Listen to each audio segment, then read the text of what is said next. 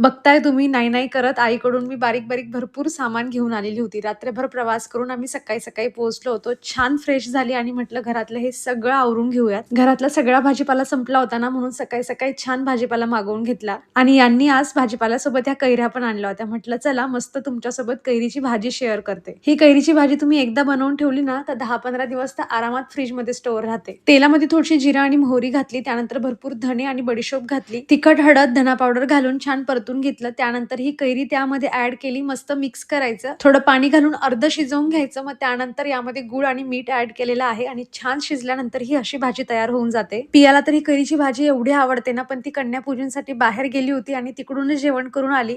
So तिने तर काही खाल्ली नाही, पण आम्ही जेवणासोबत ही भाजी मस्त एन्जॉय केली. आता डब्यामध्ये भरून ठेवली, फ्रीजमध्ये स्टोअर करेल. तुम्ही अशी कैरीची भाजी खाल्ली का मला नक्कीच कमेंट मधून सांगाल. दुपारी चिंचेचं पन्ह बनवलेलं होतं. आता मी हे चिंचेचं पन्ह एन्जॉय करते. भेटूयात आपण नेक्स्ट व्हिडिओमध्ये. बाय.